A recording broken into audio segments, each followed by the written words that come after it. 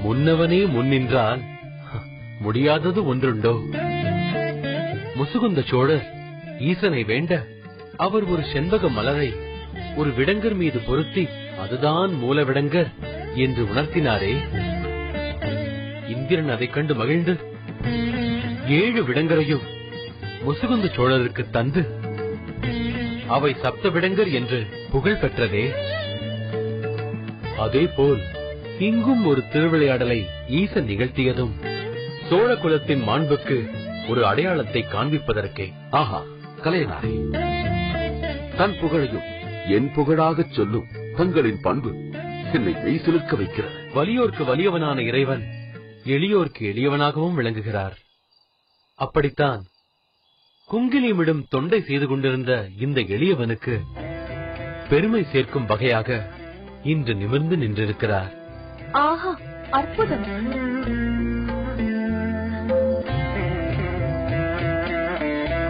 வணங்குகிறேன் மன்னவா.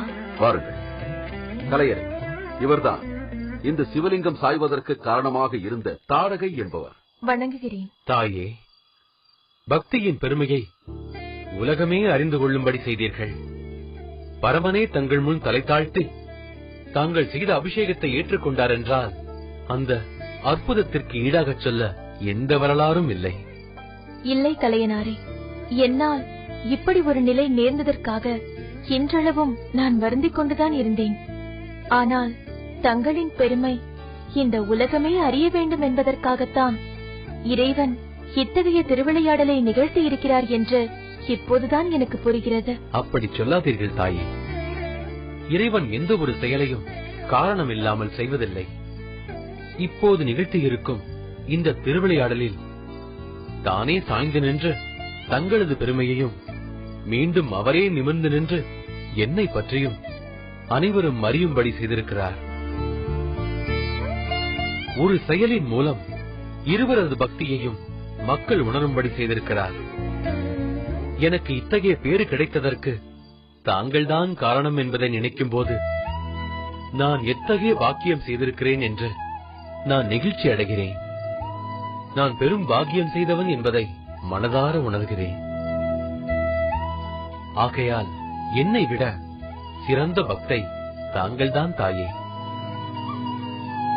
மன்னவா, என்னுடைய வேண்டுகோள் ஒன்றை தாங்கள் ஏற்றுக்கொள்ள வேண்டும். எதுவாயினும் சொல்லுங்கள் கலைநாரே, அதை உடனே நிறைவேற்றுகிறேன். மன்னவா, பெரிய நாயகி சமேதராய் தடையப்பர் என்ற பெயரோடு எம்பெருமான் எழுந்தருளியிருக்கும் இவ்வூரின் பெயர் இன்று முதல் தாடகைபுரம் என வழங்க வேண்டும். அதுதான் என் வேண்டுகோள். அவ்வாறே ஆகட்டும்.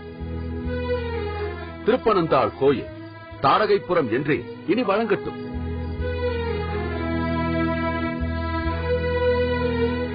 சாய்ந்த சிவலிங்கத்தை முன்போல் நிலைபெறச் செய்த கலையர் அபிராமி அன்னை சமேதராய் அமிர்த கடேஸ்வரர் எழுந்தருளி இருக்கும் திருக்கடவூர் ஆலயத்தில் குங்குலியும் இடும் கைங்கரியத்தை ஏற்றிருந்தார்.